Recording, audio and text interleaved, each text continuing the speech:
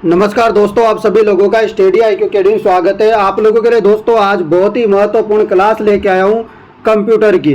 तो सभी विद्यार्थियों के लिए आज कंप्यूटर की बहुत ही महत्वपूर्ण क्लास होने वाली है। सभी विद्यार्थी फटाफट से इस क्लास को शेयर कर दीजिए। और आप लोगों को बता दूं दोस्तों, आगे बढ़ने से पहले 4th क्लास की दोस्तों टेस्ट सीरीज हमने लॉन्च कर दी है। चतुर्श्रेणी कर्मचारी की जो तैयारी कर रहे हैं उन सभी विद्यार्थियों के लिए टेस्ट सीरीज है दोस्तों। मात्र टेस्ट सीरीज 149 रुपये की है। अभी बहुत ही बड़ी छूट चल रही है आप सभी विद्यार्थियों के लिए। दोस्तों आपको टेस्ट सीरीज लेने के लिए डिस्क्रिप्शन में ऐप का लिंक है, उसके माध्यम से आप इस ऐप को डाउनलोड करना, वहां पर आपको रजिस्ट्रेशन करना है, फिर टेस्ट सीरीज में जाना है, वहां जाके आप 4th क्लास की टेस्ट सीरीज ले सकते हो। वहां कूपन कोड लगाना है आप लोगों को H851। ये आप कूपन कोड लगाओगे, जैसे आपको टेस्ट सीरीज 149 रुपये की मिल जाएगी। दोस्तों फिर भी कोई समस्या आती है तो आप इस नंबरों पर संपर्क कर सकते हो 80 58 59 87 08। इस नंबरों पे आप संपर्क कर सकते हो। यदि टेस्ट सीरीज लेने में कोई भी समस्या आती है तो इस नंबरों पे व्हाट्सएप मैसेज या व्हाट्सएप कॉल कर देना। चलिए दोस्तों आप शुरू करते हैं क्लास को। ये रहा दोस्तों पहला क्वेश्चन, निम्नलिखित में से किसे कंप्यूटर का पितामह कहा जाता है? बताइए सभी विद्यार्थी, निम्नलिखित में से किसे कंप्यूटर का पितामह कहा जाता है? तो यह आपको याद रखना है, चार्ल्स बेबेज को कहा जाता है। अगला प्रश्न, कंप्यूटर के विकास में सर्वाधिक योगदान किसका है? कंप्यूटर के विकास में सर्वाधिक जो योगदान रहा है वो किसका है? तो वो रहा है दोस्तों वॉन न्यूमैन का। ठीक है, चार्ल्स बेबेज मत लगाना, क्योंकि अभी जो वर्तमान की बात करें, आधुनिक कंप्यूटर की बात करें तो सबसे ज़्यादा जो योगदान रहा है बाद में जो है वॉन न्यूमैन का रहा है। अगला प्रश्न आप लोगों के लिए यहाँ पर दोस्तों ये रहा, किसने पहला यांत्रिक कंप्यूटर बनाया जो भविष्य के कंप्यूटर के लिए प्रतिकृति सिद्ध हुआ? बताइए। तो सभी विद्यार्थियों के लिए यह महत्वपूर्ण प्रश्न है। इसका जवाब है चार्ल्स बेबेज। दोस्तों ये सारे के सारे 50 से अधिक प्रश्न हैं जो कि सारे के सारे वेरी इंपॉर्टेंट है आप लोगों के लिए। अगला प्रश्न है आपके लिए यहाँ पर, सर्वप्रथम आधुनिक कंप्यूटर की खोज कब हुई? सर्वप्रथम आधुनिक कंप्यूटर की खोज कब हुई? तो आधुनिक कंप्यूटर की खोज हुई थी 1946 में। कब हुई थी? 1946 में हुई थी। अगला प्रश्न आप लोगों के लिए, कंप्यूटर की भौतिक बनावट क्या कहलाती है? यानी कि जो कंप्यूटर का जो भौतिक बनावट यानी कि जो ढांचा होता है कंप्यूटर का जो आपको दिखाई देता है वो क्या कहलाता है? बताइए। तो आप सभी का जवाब हो जाएगा, उसको बोलते हैं हार्डवेयर। क्या बोलते हैं? हार्डवेयर बोलते हैं। अगला प्रश्न, कंप्यूटर के संचालन में प्रयुक्त प्रोग्राम, नियम तथा कंप्यूटर क्रियाओं से संबंधित अन्य लिखित या चिप में दर्ज सामग्री को क्या कहा जाता है? यानी कि ऐसी चीजें जो कि चिप वगैरह में हो या कंप्यूटर नियम क्रिया प्रोग्राम जो भी है ना, उनको क्या कहते हैं? जैसे भौतिक बनावट तो अपन ने जान लिया हार्डवेयर होती है, परंतु जो प्रोग्राम हो गया, नियम हो गया, कंप्यूटर क्रिया हो गई, मान लो कोई मेमोरी कार्ड है उसमें कुछ डला हुआ है वो हो गई, तो ये क्या है? बताइए फटाफट। जवाब हो जाएगा आप लोगों का सॉफ्टवेयर बोलते हैं इनको। कंप्यूटर का नियंत्रक भाग क्या कहलाता है? यानी कि जो कंप्यूटर का नियंत्रक भाग होता है वो क्या कहलाता है, उसका नाम क्या है? तो जवाब हो जाएगा CPU। CPU की फुल फॉर्म भी आती है बहुत बार, सेंट्रल प्रोसेसिंग यूनिट। तो ये भी आप लोग याद रखना है। अगला प्रश्न, वह हार्डवेयर डिवाइस कौन सी है जिसे आमतौर पर कंप्यूटर का ब्रेन कहते हैं? ये भी क्वेश्चन अच्छा है, फटाफट से बताइए जवाब सभी के सभी विद्यार्थी। बताइए, वह हार्डवेयर डिवाइस कौन सी है जिसे आमतौर पर कंप्यूटर का ब्रेन कहा जाता है? तो कंप्यूटर का ब्रेन किसको कहा जाता है आपको पता है? CPU का, सेंट्रल प्रोसेसिंग यूनिट। इसी को दोस्तों कंप्यूटर का ब्रेन, मस्तिष्क कहा जाता है। कंप्यूटर का सबसे महत्वपूर्ण भाग कौन सा है? तो कंप्यूटर का सबसे महत्वपूर्ण भाग पूछे, ब्रेन पूछे, तो इसका जवाब हो जाएगा CPU। क्या होगा? CPU होगा इसका जवाब भी। अगला प्रश्न, कंप्यूटर हार्डवेयर जो आंकड़ों की बहुत अधिक मात्रा को भंडार में रख सकता है कहलाता है? यानी कि आपको बताना है कि कंप्यूटर हार्डवेयर जो आंकड़ों की बहुत अधिक मात्रा को क्या कर सकता है? भंडार में रख सकता है, क्या कहलाता है? बताइए। तो क्या कहलाता है? ऐसा हार्डवेयर है, उसका नाम है चिप। ठीक है, रख लोगे याद। चलिए अगला प्रश्न, इंटीग्रेटेड सर्किट चिप का विकास किसने किया था? आपसे बहुत बार क्वेश्चन पूछा जाता है आईसी की फुल फॉर्म क्या होती है, तो याद रखना इंटीग्रेटेड सर्किट इसकी फुल फॉर्म होती है। क्वेश्चन पूछा गया है यहाँ से कि इसका आविष्कार किसने किया है। तो आविष्कार किसने किया था? तो आपको याद रखना है J.S. केल्विन ने। किसने किया था? J.S. केल्विन ने दोस्तों आविष्कार किया था आईसी का। अगला क्वेश्चन है इंटीग्रेटेड सर्किट यानी कि जो चिप होती है, आईसी चिप होती है, ये किसकी परत होती है, मतलब किसकी बनी होती है, ये आपको बताना है। तो आपको पता है दोस्तों ये बनी होती है सिलिकॉन की। तो आईसी चिप किसकी बनी होती है? बहुत बार क्वेश्चन आ रखा है, तो सिलिकॉन की बनी होती है। अगला प्रश्न, और दोस्तों आपसे इजी क्वेश्चन पूछे जाएंगे, आपसे बड़े जो है खतरनाक क्वेश्चन नहीं आएंगे, ठीक है ना। तो चिंता मत करो, जैसा पढ़ा रहा हूं आप इनको रट्टा मार लो बस। प्रश्न है आपका, चुंबकीय डिस्क पर किस पदार्थ की परत होती है? जो चुंबकीय डिस्क होती है उस पर किस पदार्थ की परत होती है, ये आपको बताना है। तो कौन से पदार्थ की परत होती है? तो आयरन ऑक्साइड की परत होती है। अगला प्रश्न, कंप्यूटर में किसी शब्द की लंबाई किसमें मापते हैं? तो कंप्यूटर में किसी शब्द की जो लंबाई है वो किसमें मापी जाती है, ये आपको बताना है। तो आपको याद रखना है बिट में मापी जाती है। किसमें? बिट में मापी जाती है दोस्तों, याद रखना है। कंप्यूटर में किसी शब्द की लंबाई बिट में मापी जाती है। अगला प्रश्न है दोस्तों यहाँ पर आप लोगों के लिए, मेगाबाइट में मापते हैं। तो मेगाबाइट में किसको मापते हैं बताना है आपको। मेगाबाइट यानी कि एमबी में किसको मापते हैं बताइए फटाफट से। तो जवाब हो जाएगा कंप्यूटर की स्मृति क्षमता को। किसको? कंप्यूटर की स्मृति क्षमता को एमबी में मापते हैं, यानी कि मेगाबाइट में मापते हैं। अगला प्रश्न आपके लिए, स्टोरेज माध्यम की क्षमता की इकाई क्या है? स्टोरेज माध्यम की क्षमता की इकाई क्या है बताइए। स्टोरेज माध्यम की क्षमता की इकाई क्या हो जाएगी? बाइट हो जाएगी। अगला प्रश्न, 1024 बाइट बराबर क्या होता है? 1024 बाइट बराबर क्या होता है बताइए सभी। जवाब हो जाएगा दोस्तों 1 KB, और 1024 KB बराबर कितना होता है? 1 MB, और 1024 MB बराबर कितना होता है? 1024 MB बराबर 1 GB, ठीक है। चलिए दोस्तों अगला प्रश्न आप लोगों के लिए यहाँ पर, किसी प्रोग्राम में बग क्या होता है? तो सभी के सभी कमेंट कर दीजिएगा फटाफट से, बहुत इंपॉर्टेंट क्वेश्चन है। किसी प्रोग्राम में बग क्या होता है? तो जवाब हो जाएगा क्या हो जाएगा? एरर हो जाता है आंसर इसका। अगला प्रश्न, मेमोरी शब्द किससे संबंधित है? मेमोरी शब्द किससे संबंधित है? लॉजिक से, कंट्रोल से, इनपुट से, स्टोरेज से। तो मेमोरी शब्द किससे संबंधित है? जवाब हो जाएगा स्टोरेज से। किससे? स्टोरेज से संबंधित है मेमोरी शब्द। अगला प्रश्न, पीसी का अर्थ क्या है? पीसी का अर्थ क्या है? व्यवसायिक गणक, निजी गणक, व्यक्तिगत कंप्यूटर, निजी गणक। क्या होगा इसका सही जवाब बताइए। सभी विद्यार्थी जवाब दीजिएगा। जवाब हो जाएगा व्यक्तिगत कंप्यूटर।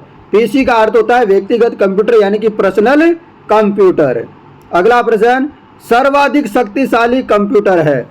सर्वाधिक जो शक्तिशाली कंप्यूटर होता है वो कौन सा है? Super computer, micro computer, super conductor, इनमें से कोई नहीं। बताइए फटाफट से।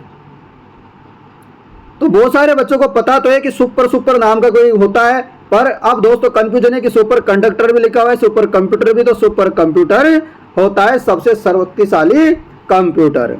डिजिटल कंप्यूटर किस सिद्धांत पर कार्य करता है? जो डिजिटल कंप्यूटर होता है वह किस सिद्धांत पर कार्य करता है? तो वो कार्य करता है बताइए फटाफट, गणना, मापन, विद्युत और लॉजिकल। किस पे कार्य करता है दोस्तों कंप्यूटर सिद्धांत? तो ये कार्य करता है गणना पर।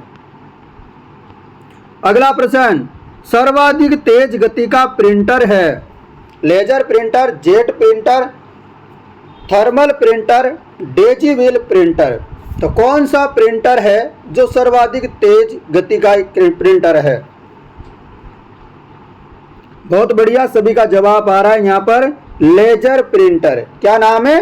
Laser printer. अगला प्रश्न, सुपर कंप्यूटर अन्य कंप्यूटरों से किस संदर्भ में भिन्न होते हैं? बताइए फटाफट से। सुपर कंप्यूटर अन्य कंप्यूटर से किस संदर्भ में भिन्न होते हैं? बहुत अधिक कीमत है इनकी, वातानुकूलन की समस्या है, परिकलन क्षमता एवं बृहत स्मृति भंडार है, बहुआयामी उपयोग है। तो सुपर कंप्यूटर क्यों भिन्न होते हैं बताइए। जवाब हो जाएगा परिकलन क्षमता एवं बृहत स्मृति भंडार इनमें होता है। अगला प्रश्न, आधुनिक डिजिटल कंप्यूटर में किस सिद्धांत का प्रयोग किया जाता है? जो आधुनिक डिजिटल कंप्यूटर है इनमें कौन से सिद्धांत का उपयोग किया जा रहा है? तो आपको याद रखना है द्विआधारी अंक पद्धति का उपयोग किया जा रहा है। अगला प्रश्न, निम्नलिखित में से कौन सी वैज्ञानिक कंप्यूटर भाषा है? निम्नलिखित में से कौन सी कंप्यूटर वैज्ञानिक भाषा है? जवाब क्या होगा? Basic, COBOL, Fortran, pascal. तो जवाब हो जाएगा आपका फोर्टन। फोर्टन की फुल फॉर्म भी बहुत बार आती है, फॉर्मूला ट्रांसलेशन। तो ये भी आपको याद रखना है। अगला प्रश्न, कंप्यूटर भाषा फोर्टन किस क्षेत्र में उपयोग की जाती है? तो ऊपर ही क्वेश्चन पूछा गया है, आराम से बता दो कि वैज्ञानिक कंप्यूटर की भाषा कौन सी है? फोर्टन। और आप क्वेश्चन पूछ रहे हैं फोर्टन किस क्षेत्र में काम आता है? व्यवसाय, रेखा चित्र, विज्ञान, वाणिज्य। तो बताइए फटाफट से क्या होगा जवाब? अरे आराम से लगा सकते हो वैज्ञानिक, तो वैज्ञानिक से विज्ञान क्या बात चल रही है, तो विज्ञान में काम आता है।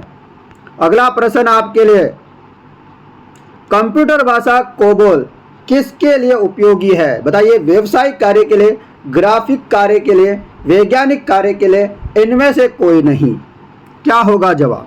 तो आपको बताया कोबोल किसके काम आती है? तो ये व्यवसायिक कार्य में काम आती है। अगला प्रश्न, किस कंप्यूटर भाषा का प्रयोग वाणिज्यिक कार्यों में किया जाता है? किस कंप्यूटर भाषा का प्रयोग वाणिज्यिक कार्यों में किया जाता है? तो जवाब हो जाएगा कोबोल। किस कंप्यूटर भाषा का प्रयोग वाणिज्यिक कार्यों में किया जाता है? तो कोबोल का किया जाता है। प्रोग्राम हेतु सर्वप्रथम विकसित की गई कंप्यूटर भाषा है। प्रोग्राम हेतु सर्वप्रथम विकसित की गई कंप्यूटर भाषा है। तो जवाब क्या होगा? Fortran, Pascal, COBOL, BASIC. Program हेतु सर्वप्रथम विकसित की गई जो भाषा थी वो थी फोर्टन। अगला प्रश्न आपके लिए, अंग्रेजी भाषा के समान उच्च स्तरीय कंप्यूटर भाषा कौन सी है? कंप्यूटर भाषा के समान उच्च स्तरीय कंप्यूटर भाषा कौन सी है? Fortran, Pascal, COBOL, C++। बताइए। तो जवाब हो जाएगा दोस्तों कोबोल। अगला प्रश्न, किस भाषा में सर्वाधिक उपयुक्त डॉक्यूमेंटेशन संभव है? दोस्तों आपके यहाँ से क्वेश्चन आएगा, आप अच्छे से ध्यान करो, ये पूरे के पूरे क्वेश्चन बहुत इंपॉर्टेंट है। तो किस भाषा में सर्वाधिक उपयुक्त डॉक्यूमेंटेशन संभव है? जवाब क्या होगा आपका? तो ये कोबोल हो जाएगा। अगला प्रश्न, फोर्टन, अल्गोल, पास्कल आदि भाषाओं को सिखाने के लिए किस भाषा को नींव का पत्थर कहा जाता है? यानी कि ये भाषा आपको सीखनी है तो पहले आपको क्या सीखनी पड़ेगी? मतलब उसको नींव का पत्थर कहते हैं। जवाब हो जाएगा बेसिक को कुछ सीखना पड़ेगा। किसको? बेसिक को। अगला प्रश्न, जटिल वैज्ञानिक गणनाओं के लिए किसका प्रयोग किया जाता है? कौन सी भाषा का प्रयोग किया जाता है जटिल वैज्ञानिक गणनाओं के लिए? तो जवाब हो जाएगा फोर्टन का उपयोग किया जाता है। अगला प्रश्न, बेसिक भाषा का प्रयोग निम्न में से किस कार्य के लिए किया जाता है? तो बेसिक भाषा का प्रयोग किस कार्य के लिए किया जाता है? प्रारंभ में सरल भाषा को सिखाने हेतु। अगला प्रश्न, भाषा जिसे कंप्यूटर समझता है, निष्पादित करता है, क्या कहलाती है? यानी कि जिसे कंप्यूटर समझता है, निष्पादित करता है, उसको क्या कहते हैं? कौन सी लैंग्वेज है? तो जवाब हो जाएगा मशीनी भाषा। कौन सी? Machine language.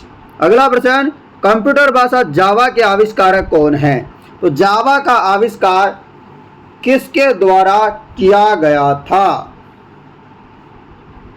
बताइए। तो जवाब हो जाएगा सन माइक्रोसिस्टम। क्या हो जाएगा? सन माइक्रोसिस्टम के द्वारा जावा का आविष्कार किया गया था। अगला प्रश्न आपके लिए, अधिकतर कंप्यूटर समझ सकता है। अधिकतर कंप्यूटर क्या समझ सकता है? बताइए। अधिकतर कंप्यूटर समझ सकता है अंग्रेजी भाषा सदस्य उच्च स्तरीय निर्देश। अधिकतर कंप्यूटर समझ सकता है अंग्रेजी भाषा सदस्य उच्च स्तरीय निर्देश। यह आपका सही जवाब होगा। अगला प्रश्न, कंप्यूटर ग्रिड होता है। कंप्यूटर ग्रिड होता है तो क्या होता है? एक सॉफ्टवेयर अवसंरचना जिसमें कई अभिकलन प्रतिष्ठान जुड़े होते हैं। ये इसका सही जवाब होगा। अगला प्रश्न दोस्तों, विंडोज सॉफ्टवेयर का निर्माण किया गया। विंडोज सॉफ्टवेयर का निर्माण किया गया विंडोज सॉफ्टवेयर का निर्माण किया गया? इनमें से कोई नहीं। अगला प्रश्न, ओरेकल है। ओरेकल है तो ओरेकल क्या है? डाटाबेस सॉफ्टवेयर है। ओरेकल क्या है? डाटाबेस सॉफ्टवेयर है। अगला प्रश्न, कौन सा सॉफ्टवेयर शब्द संसाधन में प्रयोग किया जाता है? कौन सा सॉफ्टवेयर शब्द संसाधन में प्रयोग किया जाता है? पेज मेकर भी किया जाता है, एमएस वर्ड भी किया जाता है, वर्ड स्टार भी किया जाता है, यानी कि ये सभी किए जाते हैं। अगला प्रश्न, कंप्यूटर में पासवर्ड सुरक्षा करती है। कंप्यूटर में पासवर्ड सुरक्षा करती है किसकी? तंत्र के अनधिकृत अभिगमन से। तंत्र के अनधिकृत अभिगमन से। अगला प्रश्न, निम्नलिखित में से कौन सा कंप्यूटरों को टेलीफोन लाइनों का प्रयोग करके डाटा अंतरित करने की अनुमति देता है? तो जवाब हो जाएगा मोडम। क्या होगा? मोडम सही जवाब होगा। अगला प्रश्न, कोई कंप्यूटर प्रोग्राम क्या करता है? बताइए, कोई कंप्यूटर प्रोग्रामर क्या करता है? तो वो करता है, वो कंप्यूटर के किस लिए सभी प्रकार का चिंतन करता है। कोई कंप्यूटर प्रोग्रामर क्या करता है? तो वो कंप्यूटर के लिए सभी प्रकार का चिंतन करता है। अगला प्रश्न, विश्व में सर्वाधिक कंप्यूटर वाला देश कौन सा है? विश्व में सर्वाधिक कंप्यूटर वाला देश कौन सा है? तो जवाब हो जाएगा संयुक्त राज्य अमेरिका। अगला प्रश्न दोस्तों, कंप्यूटर साक्षरता दिवस कब मनाया जाता है? कंप्यूटर साक्षरता दिवस कब मनाया जाता है? याद रखना है 2 दिसंबर को। कब मनाया जाता है? 2 दिसंबर को मनाया जाता है। अगला प्रश्न, 1 बाइट में होते हैं, तो 1 बाइट में क्या होते हैं, कितने होते हैं बताइए। तो आपको याद रखना है 1 बाइट में 8 बिट होते हैं। कितने बिट होते हैं? 8 बिट होते हैं। रख लोगे याद? चलो अगला प्रश्न, भारत में सिलिकॉन वैली, सिलिकॉन वैली कहाँ स्थित है? तो सिलिकॉन वैली कहाँ पर स्थित है भारत में? तो सभी विद्यार्थियों को पता होगा कि बेंगलोर को दोस्तों सिलिकॉन वैली भी कहा जाता है। अगला प्रश्न, पहला संक्रियात्मक इलेक्ट्रॉनिक अंकीय कंप्यूटर, पहला संक्रियात्मक इलेक्ट्रॉनिक अंकीय कंप्यूटर कौन सा है? तो जवाब हो जाएगा ENIAC। कौन सा है? ENIAC हो जाएगा। अगला प्रश्न, भारत में निर्मित प्रथम कंप्यूटर कौन सा है?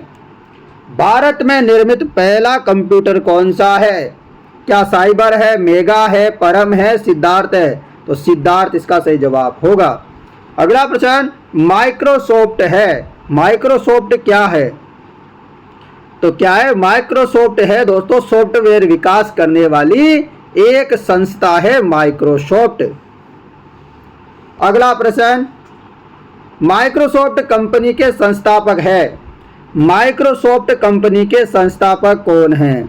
तो माइक्रोसॉफ्ट कंपनी के संस्थापक है पॉल एलन और बिल गेट्स। तो ये दोनों हैं, पॉल एलन और बिल गेट्स। ये आपको याद रखना है। अगला प्रश्न, माइक्रोसॉफ्ट के सह संस्थापक है, माइक्रोसॉफ्ट के सह संस्थापक कौन है? तो पॉल एलन है। तो दोस्तों कमेंट करके बताइए आपको ये 54 जो इम्पोर्टेंट क्वेश्चन थे कंप्यूटर के कैसे लगे आप सभी विद्यार्थियों को। एक बार कमेंट कर दो।